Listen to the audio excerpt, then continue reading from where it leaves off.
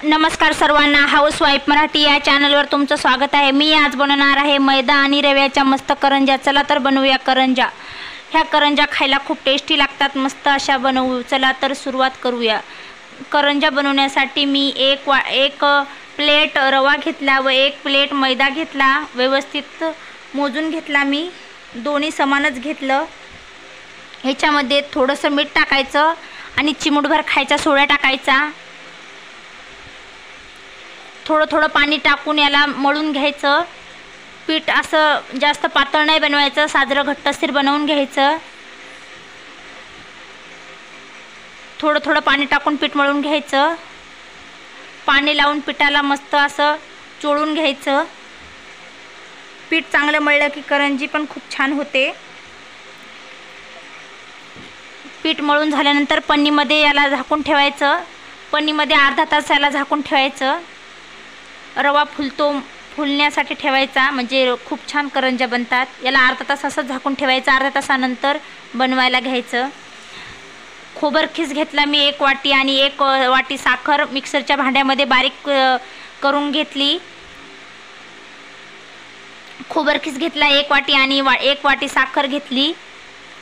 याला व्यवस्थित मिक्स करून घ्यायचं। हे खोबरखीस आणि साखर आपण करंजीमध्ये भरणार आहोत हे मिश्रण।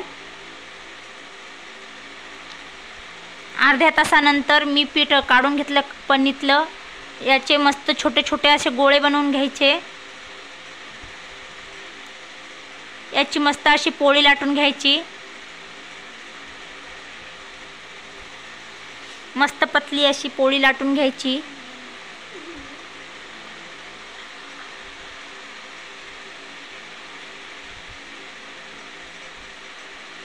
पोळी लाटून झाल्यानंतर गिलासाच्या साहाय्याने तुमच्याकडे जे गोल वस्तू असेल त्याने अशा छोट्या छोट्या अशा पुऱ्या बनवून घ्यायच्या।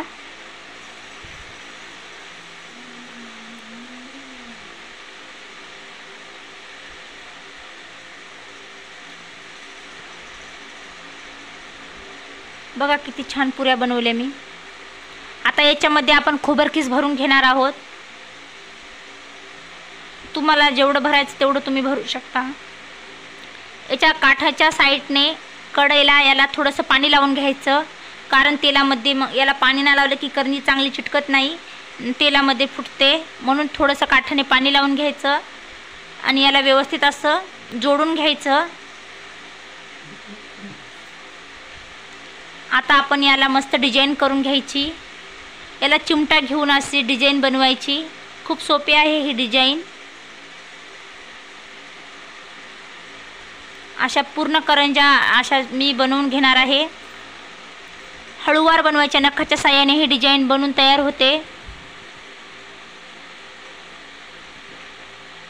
सर्व करंजा मी बनवून घेतल्या। तेल चांगलं तापू द्यायचं आणि गॅस थोडासा लहान ठेवायचा।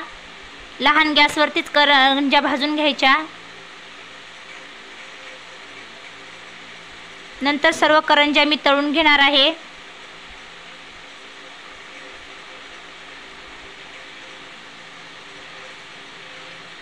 ह्या करंजा मस्त अशा खरपूस भाजून घ्यायच्या। खूप टेस्टी लागतात ह्या करंजा। महिनाभर पण टिकतात ह्या। तुम्हाला जर माझी रेसिपी आवडली असेल तर माझ्या चॅनलला लाईक, शेअर, सबस्क्राईब नक्की करा आणि माझा पूर्ण व्हिडिओ बघितल्याबद्दल